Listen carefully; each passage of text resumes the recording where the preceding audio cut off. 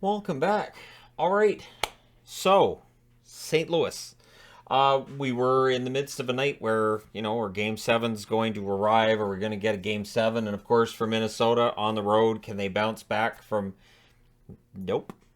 So yeah, this was a painful one. Of course, my wife being a fan of the Wild, she is now left without a team to cheer for in the second round.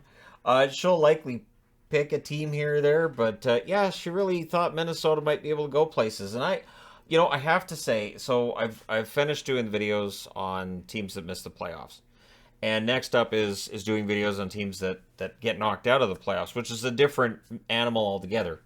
I don't know what the route forward is for Minnesota because of the cap penalties that buying out Parisi and Suter have created this monster for them next year, right? So I don't really know how they're going to fix that. So it's Talbot versus Binnington. Chess match to start. Not a lot of opportunities, and honestly, I'm going to be completely honest. Of the four games tonight, I thought this one was probably the toughest watch in that first period.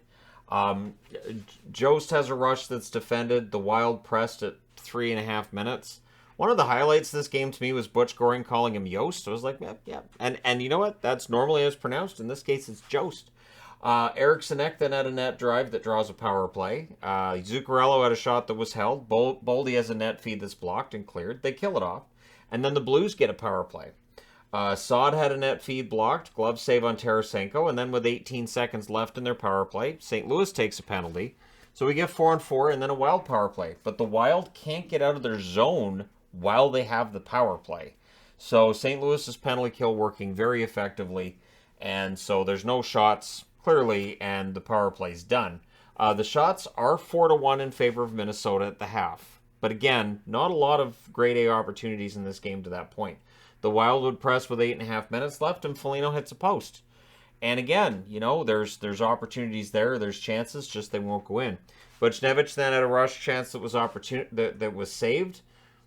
But then another opportunity presents itself to St. Louis, and they scored on this one. It's Leddy from Parayko at 14:59, and it goes through Talbot. One of the things that happened in this series is that St. Louis suddenly had the goaltending they needed. Minnesota wasn't getting those big saves when they needed them. Not that I think there was a chance for them to win it if they got a couple of big saves here and there, but they just in that instance on the Leddy goal, it felt like they needed the save there, right? That was only the third shot for St. Louis. Up until this point, Minnesota had done a very good job of shutting them down.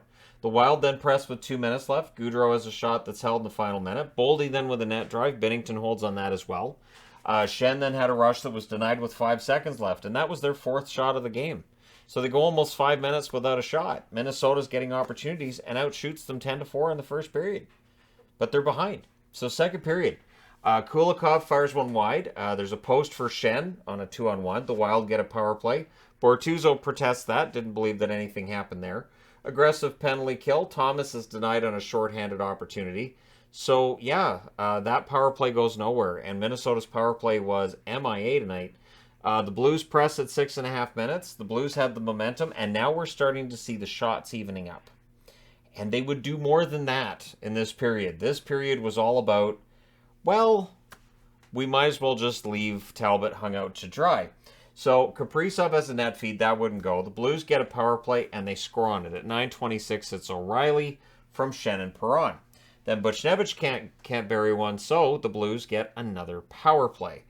Buchnevich's shot was held. The Wild did kill it off, but I put right there, need chances. They need opportunities, and they're just not getting them. And then Bozak makes it 3-0 from Toropchenko at 13:25. Buries the rebound. Toropchenko did all the work on that, and then Bozak just puts it into the net. But great play for Toropchenko. And I put there, play Gloria. So is Gloria going to make a comeback for St. Louis? Are we going to get there, or is that just a 2019 thing? We're going to leave that in the past. I thought about saying the phrase for your little devices there and then say, Gloria, I'm not going to do it. I'm not going to do it. I'm not going to make everybody's Amazon devices go off. So Shen had a rush chance that was blocked. I've done it before. Shen had a rush chance that was blocked. Eriksson Ek returns to the game. Now, he had missed the entire second period. He took friendly fire, It was a high stick from a teammate to the face, so he came back with a full shield on. Kyra then has a chance that's held. It's all Blues. We then had an ice issue that causes a delay. I can't prove that a Minnesota player was trying to tunnel his way through the ice to find his way out, but that's my thought. So anyways, the Blues pressed with 3 minutes. I'm obviously kidding. Blues pressed with 3 minutes left. Fiala and Boldy then decided to do the 2-on-4, which I guess that allows you to get the line change. With 2:24 left, the Blues get another power play. And they score on it. It's Tarasenko from Perron and Perunovic at 18:36. Can I once again say how well Perunovic has played, being put into this tough circumstance where all the defensemen are getting hurt? I've been impressed by him. I think he's played really well, and him on the power play, he just works. So at this point, right, it's a blowout. It's 4-0. And then the Wild get a power play with 7 seconds left. So, I mean, if you were the most optimistic fan in the world, you could look and go, okay, it's third period, we're down by 4. But we can score early on that power play and then get another one before 10 minutes, then it's only a 2-goal game. And then if we pull the goalie with 8 minutes left and get a goal, then it's only a 1-goal game, and then, right. So the Wild, it's killed off, and then the Blues get a power play, and it felt like some of these calls are frustration, that the Wild are just frustrated, and they're taking dumb penalties because they know the season's over, and they're just kind of frustrated. There's a shorthanded Duhaime rush that was saved. That's killed off, and then the Wild press. And on the 4th shot of the period, the Wild score. It's Dumba who breaks the shutout from Merrill and Kulikov at 6:25. Blues had no shots yet in the third period. None. Nope. The Wild then get a power play. There was a crossbar for Eriksson Ek. He was close. Then there's a shorthanded rush for Buchnevich. That was defended. Fiala's then defended in the slot. Couldn't get a shot there. Shen was shot blocking in front of the net. They even showed Toropchenko shot blocking in front of the net. And really, that tells you right there where St. Louis is at. That they're up by 3. It's relatively late in the game at that point, and they're blocking shots fearlessly. So the Blues press with 6.5 minutes left. With 6:11 left, the Blues get a power play, and all they did was just pass it around the outside. They didn't care about getting a shot on net. They didn't care about keeping it in the Wild zone. It was all about taking 2 minutes off the clock, and they did. So it's killed off, but it was kind of St. Louis that killed 2 minutes of the clock more than anything. So the goalie gets pulled with 3:45 left because you have to. In fact, honestly, with Dean Evason, I was kind of expecting him to do it sooner. Saad beats out an icing call, doesn't get the empty netter though. Eriksson Ek was then robbed on the doorstep with 2:28 left. Spurgeon had a chance that was saved and held. And then from 190 feet away down the ice, Parayko hits the empty net right in the middle at 18:19. And that ends any hope that Minnesota might have had, but it wasn't happening. Interesting note here. So your final score is 5-1 for St. Louis. The Blues win the series in 6. And all 6 games had a goal difference of 3 or more. Not a single game in this series had any kind of tension late. Nothing. It was just crazy. Your 3 stars are O'Reilly, Binnington, and Perron. So 3 wins in a row for Binnington. He's a star in each one. Now they got to play Colorado. So next up for them is the Colorado Avalanche.